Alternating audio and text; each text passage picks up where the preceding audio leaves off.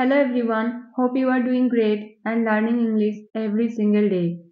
আজকের এই ভিডিওতে আবারও আপনাদের জন্য রয়েছে 5 ধরনের real life advance English structure এবং প্রতিটা স্ট্রাকচার কিন্তু স্পোকেন ইংলিশে অনেক বেশি ব্যবহার হয়। সো ভিডিওটা আপনারা শেষ পর্যন্ত দেখুন যাতে আপনাদের কোনো রকম ডাউটস না থাকে এবং আপনারা প্রতিটা স্ট্রাকচার যাতে ভালোভাবে বুঝতে পারেন। চলুন এবার দেরি না করে ভিডিওটা শুরু করা যাক। সো প্রথম স্ট্রাকচার আমরা শিখব এই ধরনের বাক্যগুলো, যেমন আমার ইংরেজি শেখার ইচ্ছা আছে, আমার তোমার সাথে দেখা করার ইচ্ছা আছে, তার কম্পিউটার শেখার ইচ্ছা আছে। এই ধরনের বাক্যগুলো আমাদের প্রতিদিন লাইফে বলার প্রয়োজন হয়, রাইট? তো চলুন দেখা যাক এই ধরনের বাক্যগুলো বাংলা থেকে ইংরেজিতে কিভাবে বলতে হয়। ফার্স্ট আমরা স্ট্রাকচার দেখব।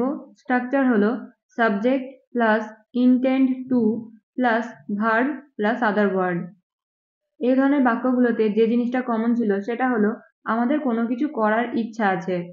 যখন আমরা এরকম ধরনের বাক্যগুলো বলবো যে আমাদের কোনো কিছু করার ইচ্ছা আছে, তখন আমাদের ইংরেজিতে ইউজ করতে হবে ইন্টেন্ড টু। ইন্টেন্ড টু মানে হলো আমাদের কোনো কিছু করার ইচ্ছা থাকা বা কোনো কিছু করার ইচ্ছা আছে, রাইট?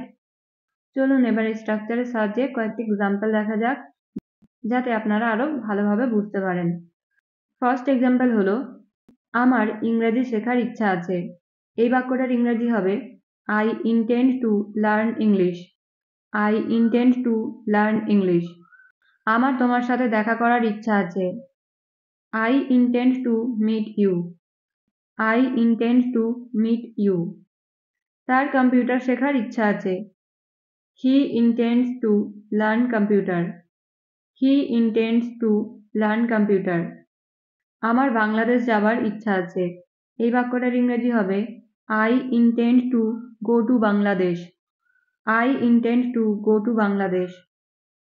সুরাজের গাড়ি কেনার ইচ্ছা আছে। সুরাজ intends to buy a car.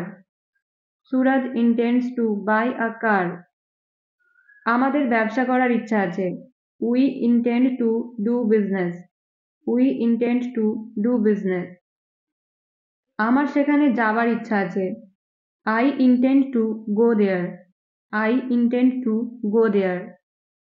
আমাদের দৈনন্দিন জীবনে এমন ধরনের বাক্যগুলো বলার প্রয়োজন হয়, যেমন আশেপাশে কি কোনো দোকান আছে, আশেপাশে কি কোনো কলেজ আছে, আশেপাশে কি কোনো হাসপাতাল আছে। এই ধরনের বাক্যগুলো আমাদের কখনো কখনো বলার প্রয়োজন হয়। তো চলুন 2 নাম্বার স্ট্রাকচারে দেখা যাক এই ধরনের বাক্যগুলো বাংলা থেকে ইংরেজিতে কিভাবে বলতে হয়। সো এই ধরনের বাক্যগুলো বলতে হলে সেন্টেন্স স্ট্রাকচার হবে is there any plus noun plus nearby. চলুন এবার কয়েকটা এক্সাম্পল দেখা যাক যাতে আমরা আরো ভালোভাবে বুঝতে পারি এই ধরনের বাক্যগুলো কিভাবে বলতে হয়। ফার্স্ট এক্সাম্পল হলো আশেপাশে কি কোনো দোকান আছে। এই বাক্যটার ইংরেজি হবে is there any shop nearby. Is there any shop nearby. আশেপাশে কি কোনো কলেজ আছে। Is there any college nearby. Is there any college nearby. আশেপাশে কি কোনো হাসপাতাল আছে। Is there any hospital nearby. Is there any hospital nearby. এই স্ট্রাকচারটা কিন্তু খুবই সহজ এবং আমরা দেখতেই পাচ্ছি যে এই ধরনের বাক্যগুলো বলা কিন্তু কত সহজ। চলুন আরো কয়েকটা এক্সাম্পল দেখা যাক। আশেপাশে কি কোনো বাজার আছে। এই বাক্যটার ইংরেজি হবে is there any market nearby. Is there any market nearby. আশেপাশে কি কোনো নদী আছে। Is there any river nearby. Is there any river nearby. আশেপাশে কি কোনো পার্ক আছে। Is there any park nearby.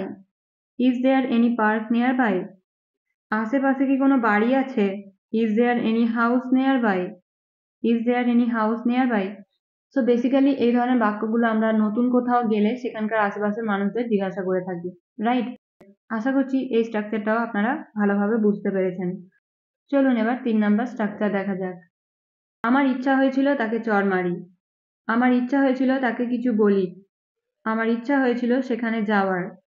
এই ধরনের বাক্যগুলো আমরা আমাদের দৈনন্দিন জীবনে বলে থাকি। সো এই ধরনের বাক্যগুলো বলতে হলে আমাদের ফার্স্ট ইউজ করতে হবে আই ফেল্ট লাইক প্লাস ভার্বের আইএনজি ফর্ম প্লাস অবজেক্ট। আমরা কিন্তু কিছুদিন আগে আই ফিল লাইক দিয়ে বাক্য কিভাবে তৈরি করতে হয় শিখেছিলাম। আই ফিল লাইক মানে হলো আমার কিছু করতে ইচ্ছা করছে। সো আই ফিল লাইক তখনই ইউজ হয় যখন প্রেজেন্টে আমাদের কোনো কিছু করতে ইচ্ছা হবে, রাইট? সো এটা এখানে বলা হচ্ছে পাস্টে আমাদের কোনো কিছু করতে ইচ্ছা হচ্ছিল, সো এখানে আই ফেল্ট লাইক হয়ে যাচ্ছে। সো চলুন আবারও স্ট্রাকচারটা দেখা যাক। ফার্স্ট লিখতে হবে আই ফেল্ট লাইক, তারপর ভার্বের আইএনজি ফর্ম এবং শেষে হচ্ছে অবজেক্ট। চলুন এবার কয়েকটা এক্সাম্পল দেখা যাক ও আরো ভালোভাবে বোঝা যাক। ফার্স্ট হলো, আমার ইচ্ছা হয়েছিল তাকে চড় মারি। I felt like slapping him or her. I felt like slapping him or her. পরের এক্সাম্পল, আমার ইচ্ছা হয়েছিল কিছু বলি। I felt like saying something. I felt like saying something. আমার ইচ্ছা হয়েছিল তোমাকে দেখার। I felt like seeing you. I felt like seeing you. আমার ইচ্ছা হয়েছিল সেখানে যাওয়ার। I felt like going there. I felt like going there. আমার ইচ্ছা হয়েছিল মুভি দেখার। I felt like watching movie. I felt like watching movie. আমার ইচ্ছা হয়েছিল নৌকা চালানোর। I felt like boating. I felt like boating. নৌকা চালানোকে ইংরেজিতে বলা হয় বোটিং। আমার ইচ্ছা হয়েছিল একটি গান করার। I felt like singing a song. I felt like singing a song. আমার ইচ্ছা হয়েছিল তাকে মারার। I felt like beating him or her. I felt like beating him or her.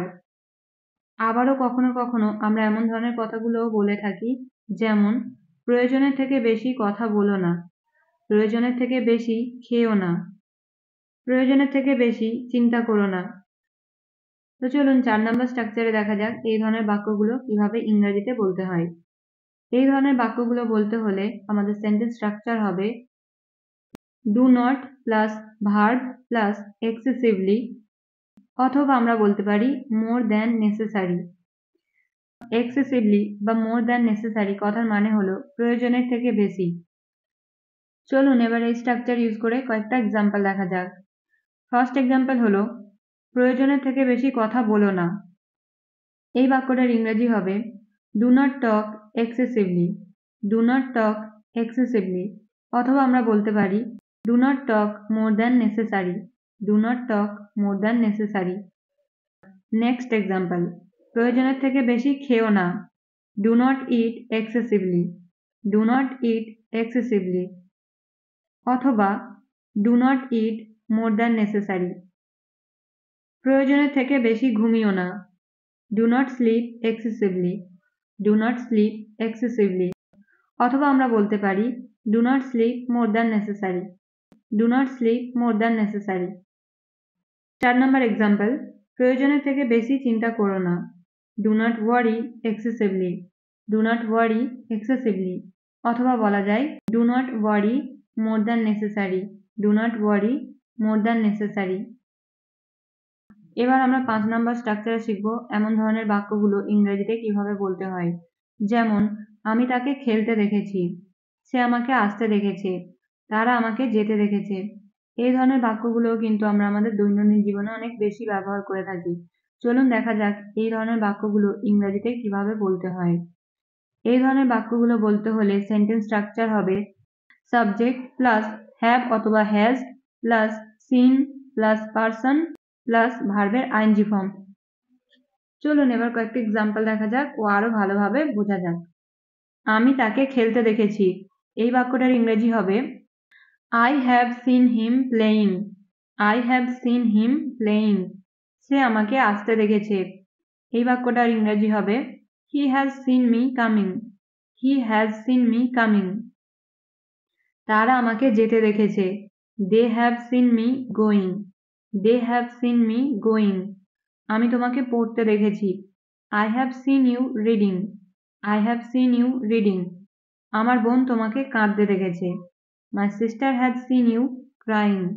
My sister had seen you crying. So আমরা দেখলাম এই স্ট্রাকচারগুলোর সাহায্যে আমরা সহজেই কত ধরনের বাক্য তৈরি করতে পারি, রাইট?